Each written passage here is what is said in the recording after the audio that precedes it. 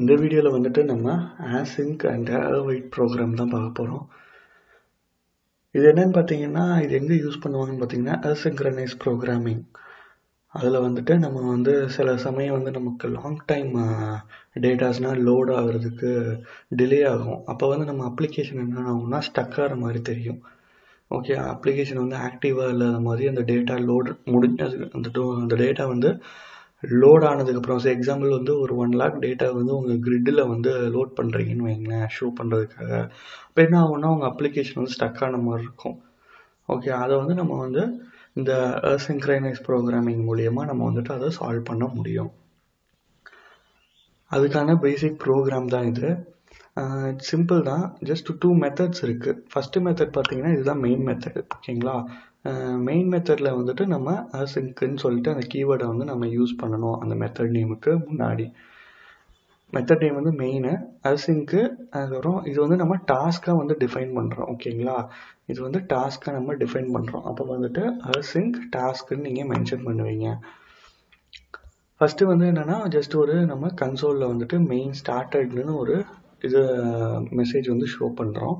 அதுக்கப்புறம் awaitல வந்துட்டு do work async-ன்னு சொல்லிட்டு இன்னொரு மெத்தடை வந்து கால் பண்ணுறோம். அந்த மெத்தட்லேயும் நம்ம என்ன பண்ணோம், மெத்தட் ஸ்டார்டிங்கில் async-ம் டாஸ்க்கும் நம்ம யூஸ் பண்ணுறோம். ஓகேங்களா, இதில் மெயினாக வந்து async தான் இதில் மெயினானது. நீங்கள் ஏபிஐஸ்னால் கான்செப்ட் நீங்கள் யூஸ் பண்ணுறீங்க அப்படின்னா, ஏபிஐஸ் வந்து உங்கள் ப்ராஜெக்ட்குள்ளே லிங்க் பண்ணுறீங்க அப்படின்னா, நீங்கள் வந்து உங்களோட ஏபிஐ ப்ராஜெக்ட் பார்த்தீங்கன்னா அதில் வந்து கண்டிப்பாக async await ப்ராசஸ் தான் நம்ம யூஸ் பண்ணியிருப்போம். இதில் வந்து awaitல வந்து நம்ம இந்த மெத்தடை நம்ம கால் பண்ணுறோம். அப்போ இந்த மெத்தடில் என்ன இருக்குன்னா, இந்த மெத்தடில் ஜஸ்ட் ஒர்க்கை வந்து ஸ்டார்ட் பண்ணுறோம். அதுக்கப்புறம் இதில் பார்த்தீங்கன்னா நம்ம வந்து டாஸ்க் டாட் டிலேன்னு சொல்லிட்டு 300 மென்ஷன் பண்ணணும். 300னா 1000 ஈக்குவல் டு 1 செகண்ட். ஓகே, அப்போ 3 செகண்ட்ஸு. பட் ஆனால் நம்ம இது வந்து ஜஸ்ட் நம்ம ஒரு டிலே கான்செப்டுக்காக நம்ம இதை யூஸ் பண்ணியிருக்கோம். பட்டபடி நீங்கள் என்ன பண்ணுவீங்கன்னா awaitக்கு பக்கத்தில் வந்துட்டு நீங்கள் என்ன ஒர்க் நீங்கள் லோட் பண்ணணும்னு நினைக்கிறீங்க. எக்ஸாம்பிள் வந்து இது ஒரு இன்புட் பவுண்டாக இருக்கலாம், இல்லை நெட்வொர்க்கிங்கில் இருந்து நீங்கள் ஒரு டேட்டாவை கொண்டு வரலாம். எக்ஸாம்பிள் ஏபிஐலேருந்து ஏதாச்சும் டேட்டா ஃபெச் பண்ணி கொண்டு வரலாம், இல்லைனா உங்கள் டேட்டா பேஸ்லேருந்து டேரெக்டாக வந்து பல்காக ஒரு டேட்டாவை லோட் பண்ணி கொண்டு வரலாம். இந்த மாதிரி ஆக்ஷன்ஸ் எல்லாமே நீங்கள் இங்கே டிஃபைன் பண்ணலாம் இங்கே awaitக்கு பக்கத்தில்.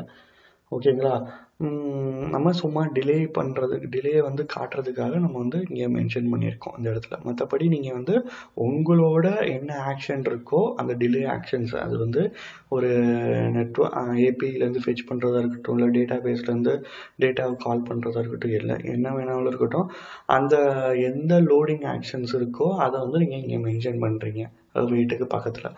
அதுக்கப்புறம் அது முடிஞ்சோன்னா ஜஸ்ட் ஒரு கன்சோல் டாட் ரைட் லைன்னா ஒர்க் கம்ப்ளீட்டட்னு நம்ம ஷோ பண்ணுறோம். ஜஸ்ட் நான் இதை ரன் பண்ணுறேன். இதில் பார்த்தீங்கன்னா ஒர்க் ஸ்டார்ட் ஆயிடுச்சு.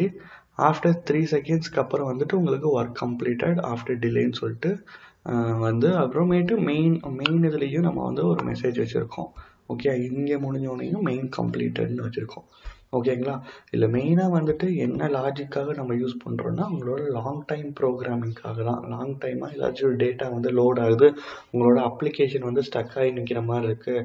பட் ஆனால் எனக்கு வந்து அப்ளிகேஷன் ஆக்டிவில் இருக்கணும், எனக்கு டேட்டா வந்து 1 by 1 வந்து லோட் ஆகணும் அப்படின்னா நமக்கு இந்த asynchronous ப்ரோக்ராமிங் நம்ம யூஸ் பண்ணுறோம். async-ஐ வந்து நம்ம மெத்தடோட ஸ்டார்டிங்கில் நம்ம மென்ஷன் பண்ணியிருக்கணும். awaitங்கிறது நம்மளோட ப்ரோக்ராமிங்கில் இன்சைடில் நம்ம யூஸ் பண்ணணும். இது வந்து எப்பயுமே வந்து ரிட்டன் டைப்பில் தான் இருக்கும். அந்த ரிட்டன் டைப்புங்கிறது என்னென்ன ரிட்டன் டைப்பாக இருக்கலாம்னா டாஸ்க்கு, இதுலேயே டாஸ்கில் ஜெனரிக்ஸ் யூஸ் பண்ணி நம்ம பண்ணலாம். அப்புறமேட்டு void நம்ம யூஸ் பண்ணி நம்ம பண்ண முடியும். ஓகேங்களா, இந்த மாதிரி நம்ம ரிட்டன் கான்செப்டில் கொண்டு போகலாம். ஓகேங்களா, டாஸ்கில் வந்துட்டு ஜெனரிக்கு, அதுக்கப்புறம் வாய்ட்லேயும் நம்ம வந்து இந்த asynchronous கான்செப்ட் வந்து நம்ம யூஸ் பண்ண முடியும். கீவேர்டை எங்கே வந்து கரெக்டாக மென்ஷன் பண்ணணுன்னு இருக்கு. கீவேர்டை வந்து நம்ம மெயின் மெத்தடோட ஸ்டார்டிங்கில் மென்ஷன் பண்ணணும். async-ங்கிறத awaitங்கிறத நம்ம வந்துட்டு இன்சர்ட் ஆஃப் ப்ரோக்ராம் மெத்தடுக்குள்ளே நம்ம மென்ஷன் பண்ணணும் இந்த மாதிரி. ஓகேங்களா, இதை யூஸ் பண்ணி பாருங்கள். பல்காக ஒரு டேட்டாஸ் வச்சு நம்ம வந்து சிம்பிளாக வந்துட்டு ஒரு செகண்ட்ஸ் டிலே பற்றி பண்ணியிருக்கோம். நீங்கள் வந்துட்டு உங்கள் ப்ரோக்ராமில் கரண்ட்டாக வந்து ஏபிஐஸா இல்லை டேட்டா பேஸோ இல்லை ஒரு பல்க் டேட்டாவை நீங்கள் வந்து இன்சர்ட் பண்ணி உங்கள் டேட்டா பேஸில் ஒரு டேபிள் வந்து ஒரு மினிமம் ஒரு 10,000 லேட்டாக வரும் எக்ஸல் யூஸ் பண்ணி லோட் பண்ணிவிட்டு அது எப்படி யூஸ் ஆகுதுங்கிறத பார்த்துட்டு எனக்கு கமெண்ட்ஸில் மென்ஷன் பண்ணுங்கள். ஓகேங்களா? தேங்க்ஸ்.